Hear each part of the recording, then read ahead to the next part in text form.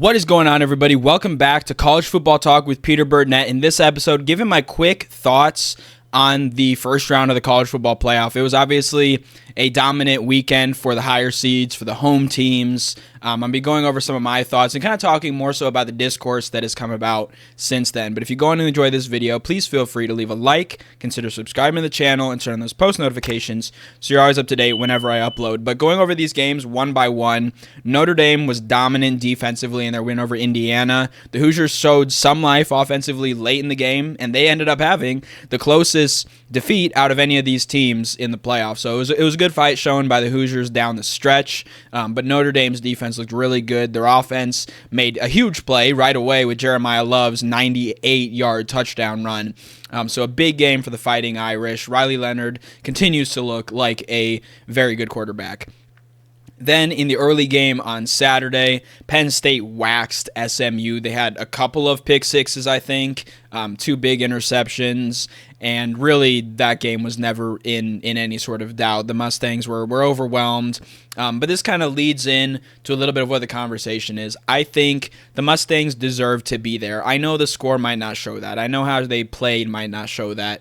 But I think winning the games that are in front of you is probably, to me, the most important thing in college football, and they did that very well this season. Their only losses came against a very good BYU team and against a team that won the ACC in Clemson that obviously had their issues, but we'll talk about them here in this next one because Clemson showed the most fight, I would say, throughout the game. They played the best game throughout, but they didn't have enough really quite to keep up with Texas. Quinn Ewers looked a lot better than he has kind of in the latter half of this season, and Texas's defense did enough. They didn't particularly impress me, but they did what they needed to do to get that win and make enough stops, and their offense more so kept them in a comfortable position in that game. Finally, the conclusion to the weekend, Ohio State. First round knockout was the term that I heard used on sports talk shows, and that I think is pretty appropriate. They put up 21 points early in that game. Their defense, outside of kind of a stretch of like 5 or so minutes at the end of the first half, dominated the Volunteers. We know that they've had their offensive issues with Nico Iamaleava and Dylan Sampson, the running back, but those guys have shown brightly at times, but simply they were not there. Will Howard looked really good. This Buckeyes team looked angry and hungry after losing that rivalry game to Michigan, and everybody stepped up. I talked about actually in my preview video for that matchup specifically that there were some guys like a Jack Sawyer and a JT Tuimoloau who really seemed like hadn't stepped up in those big games, and they did in this one. Even some of the cornerbacks, I know it was an interception that was taken away, but I think Davison Igbinosun got an interception. Again, that one was chopped off because of a penalty, but they stepped up.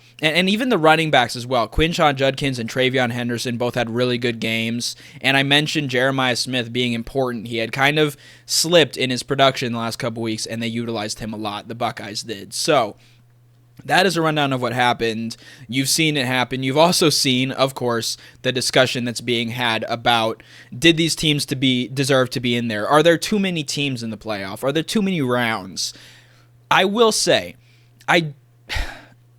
I initially held the position and the belief that if it's going to expand, it should do so kind of in steps, and we could see where it goes from there. My opinion was to see it go to 6, like what the NFL did for a while. You maybe have 2 teams that are playing not only for a conference championship, but also to be those 2 highest ranked teams and to get a bye. And then you have 4 teams playing in, and then maybe you go to 8.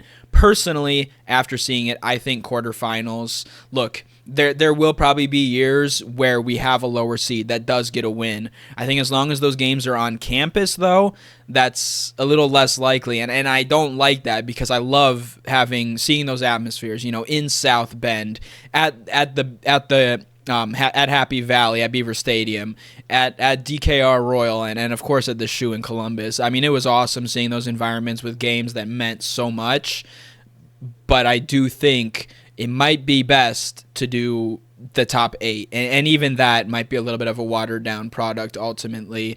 I don't want to sit here though and say that the teams that made this format didn't deserve to be there, or that it was a waste to have them. I mean, those teams late in the season had so much more to play for, and that's what we wanted with this playoff, is truly having teams that had the opportunity to actually play for something meaningful, and all the way to the back half of the season, because you had so many teams that once you get to that week 10 even, that field to be whittled down to maybe 10 teams that were in contention. Now we have the case of it being 20 teams all the way down to the last couple weeks of the season. So I think that is really good for the sport. I know these games aren't the results that we wanted. It's all the build up and then, very disappointing individual games. But I think it made the regular season more interesting in some regards. But let me know your thoughts in the comments below. I know it's a very controversial subject. I think my final conclusion is I think the teams deserve to be there. I think the field is just a little too big, though, if we're looking for a good product in the playoff. I think we will get that. If not this year in these quarterfinals, I think in future years, even in the first round. But those are my thoughts. Again, let me know your thoughts in the comments below. But that's all for this episode of College Football Talk. I'll be hoping to get an episode out previewing the quarterfinals, but my wife is also very much expecting, so we'll see how that goes. But stay tuned for those episodes. If not, I might at least get some shorts up. But that is all for this episode. I'm your host, Peter Burnett, signing out. Peace.